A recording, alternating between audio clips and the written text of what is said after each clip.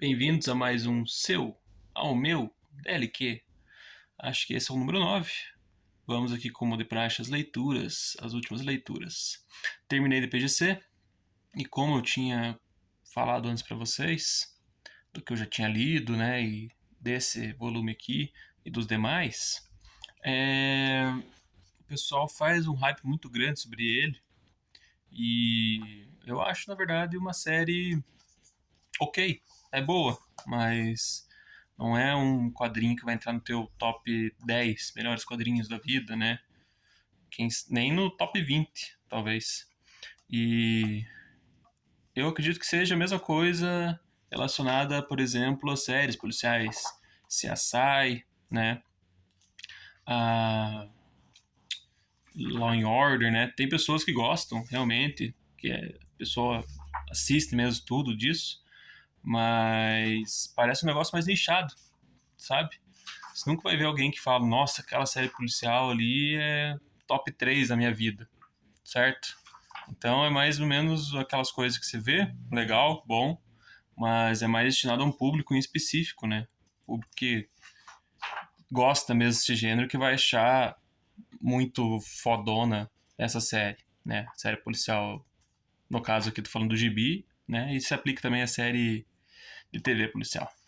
Enfim, mas eu gostaria de ressaltar aqui uma única coisa, né?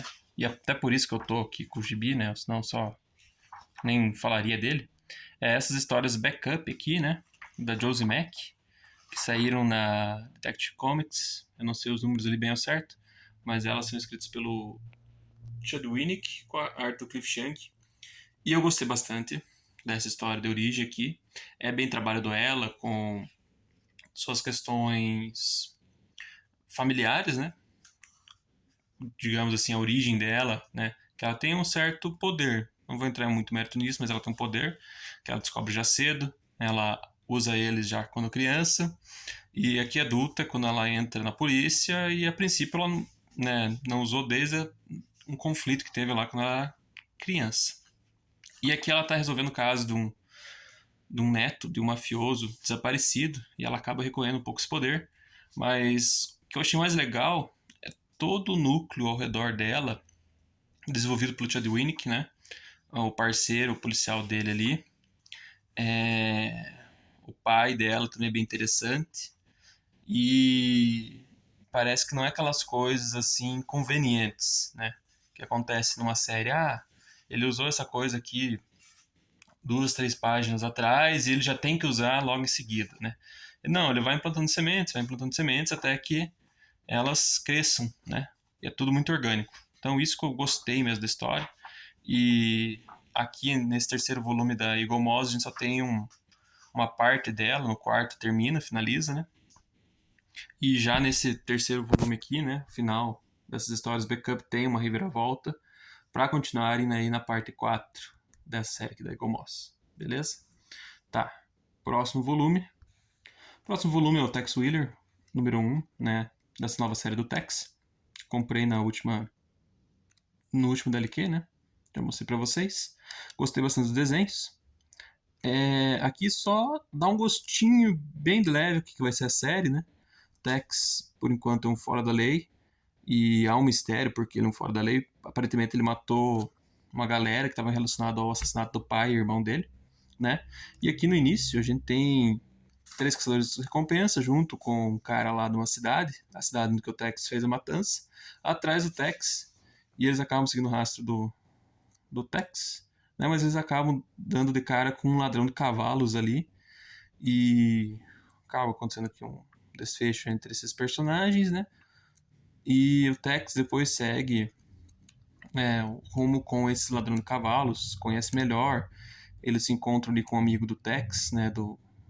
Não sei se dos Apaches ali, né? Acho que Coachais é uma tal da tribo ali que o cara é o cacique. E aqui também tem uma relação com a primeira história criada do Tex, que é o Ouro dos Pawnees, que aquele carinha lá que é da cidade em que o Tex fez matança, está buscando vingança contra o Tex, ele junto com indígena renegado, né? Eles acabam roubando, né? de um indígena ali, o famoso Ouro dos Pawnees, né? E o restante a gente sabe lá daquela primeira história do Tex, né? E volta e meia é resgatada essa questão. Se não me engano, o Tex 500, né? Foi um dos poucos volumes que eu tenho do Tex. Faz referência a essa história ali. A Índia também, filha daquele indígena roubado, aparece. Mas enfim, foi uma história legal, gostei dos desenhos, deu um gostinho já do que vai ser a série. Tô interessado para ver a sequência. Próximo volume. O próximo volume aqui é esse Mulher Maravilha Tempestade Turbulenta, que me deu uma sensação de estar lendo uma série parecida com a do Asa Noturna atual. Uma série adolescente, bem legal, recria aqui um pouco do mito da... Recria não, utiliza alguns conceitos já bem fundamentados da origem dela, a questão de nascer do barro, né? E aqui a gente coloca numa óptica dos problemas atuais, com refugiados, né? Procurando refúgio em países melhores desenvolvidos, né? Que não estejam sob a ação da guerra nem da fome. E aqui a Diana acaba escutando eles através de um problema da barreira que está tendo, a da barreira de Temícera, né? Que está tendo seus furos, e é justificado a presença desses furos pelas guerras, né, humanas, né? Quanto mais guerras, né, tiverem, mais estamos próximos do apocalipse e a barreira vai ficando mais fraca, até que tenha o dia meio que do juízo final. Algo parecido com isso. E aqui é inserido a Diana nesse contexto de refugiados. Ela vai para os Estados Unidos, depois tem um contato com dois acho que americanos, né? Aparecem aqui, que é o Steve e o Trevor. Talvez esteja ao contrário aqui, mas basicamente é esse casal aí. Um deles é médico, o outro é das relações internacionais, e eles acabam vendo que a Diana tem o conhecimento de várias línguas, né? Que Temícera tem uma biblioteca gigante ali, e é normal as Amazonas terem conhecimento das diversas línguas, e eles pensam que ela seria muito bem aproveitada nos Estados Unidos, na questão da ONU, né, na questão desse ativismo, né, aos refugiados aqui. E a gente também vê uma consciência social, assim, por parte da Diana e da família com que ela está brigada, em ajudar as pessoas do próprio país mesmo a ter uma alimentação, um abrigo, né, melhorar de vida.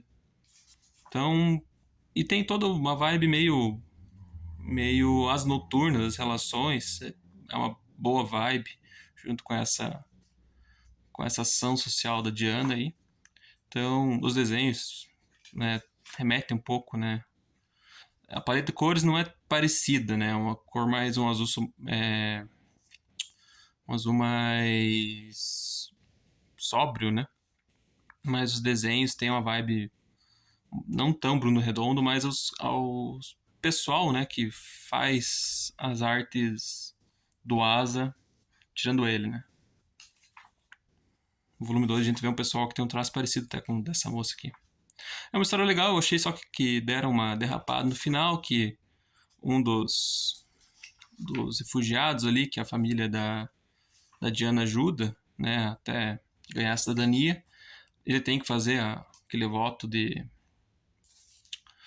lealdade à Constituição dos Estados Unidos e aos Estados Unidos, né, e tal, e daí acaba derrapando esse quesito de ficar vangloriando até de certa maneira os Estados Unidos, né? Mas tirando isso, é um encadernado legal, gostei. Tem uma outra coisa assim que você pensa, podia ser melhor explicado, né, mas considerando que é uma história adolescente, né, isso aí pode passar batido. Passamos um pouco de pano, né, nisso aí, né, porque senão a história vai ficar muito fundamentada e acaba não se desenvolvendo. Mas enfim, encadernado legal. E daí o próximo volume, o último, que eu tô lendo no momento, na verdade, é o Thor, da coleção clássica Marvel aqui.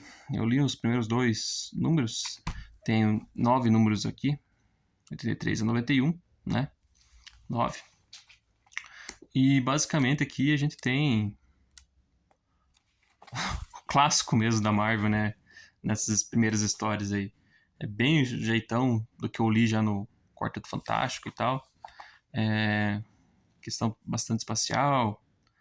Questão também de você se afeiçoar um personagem devido aos seus problemas. Aqui a gente tem o Thor, através da figura do Donald Blake, que encontra o cajado numa caverna enquanto ele estava fugindo, né?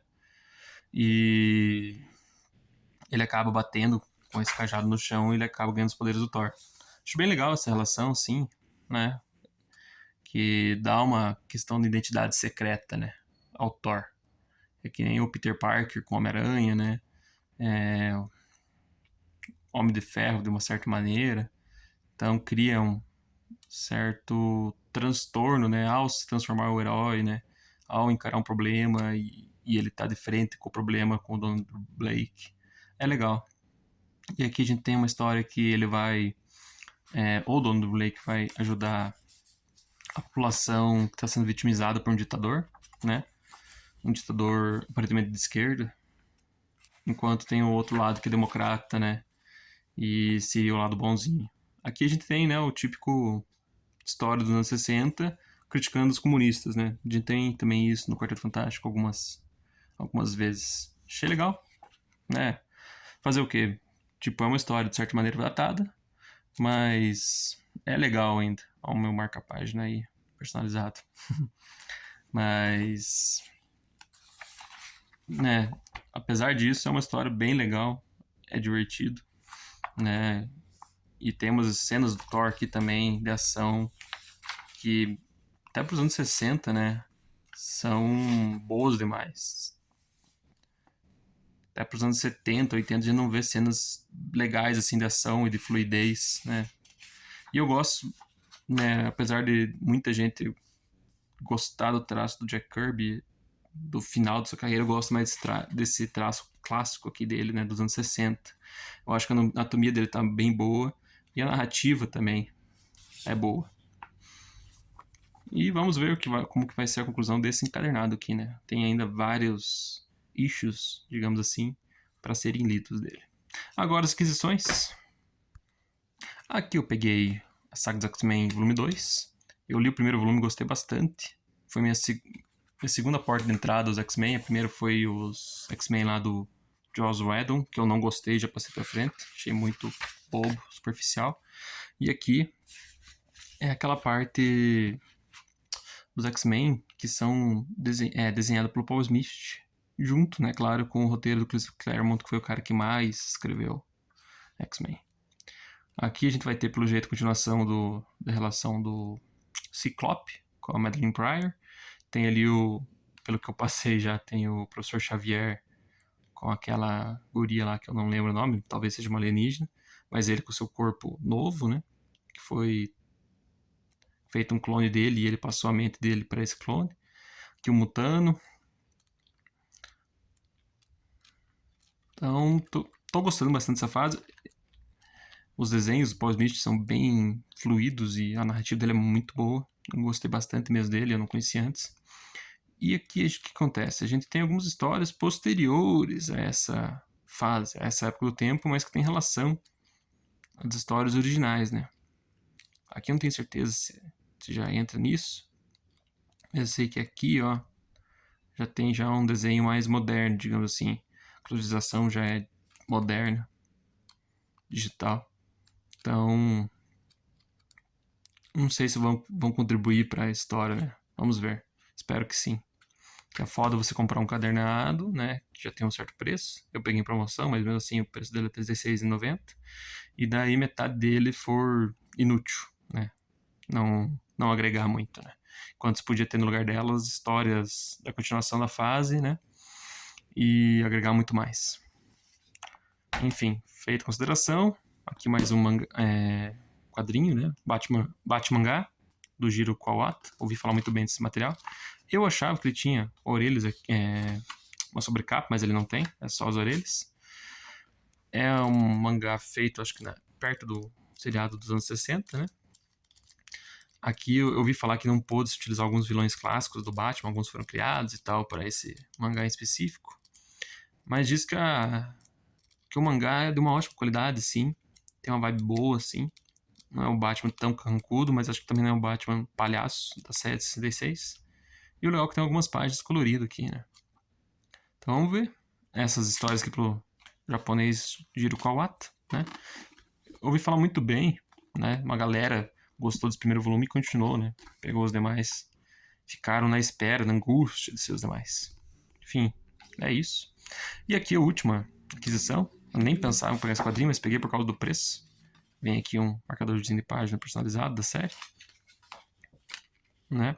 Que é o robô raio-x do casal All Red, o Michael e a Laura. A Laura faz a colorização. Eu não sei nada dessa história. O contato meu com o Michael Red foi numa história do volume 8 do Sandman, 30 anos, né? O traço dele é bem expressivo, digamos assim, mas eu acho que às vezes ele não é bem anatomia, mas os rostos dele eu acho meio feios um pouco, assim. Mas vamos ver. Ele tem um jeito meio bizarro, digamos assim, não sei se seria bem essa palavra, mais alternativo de desenhar, né?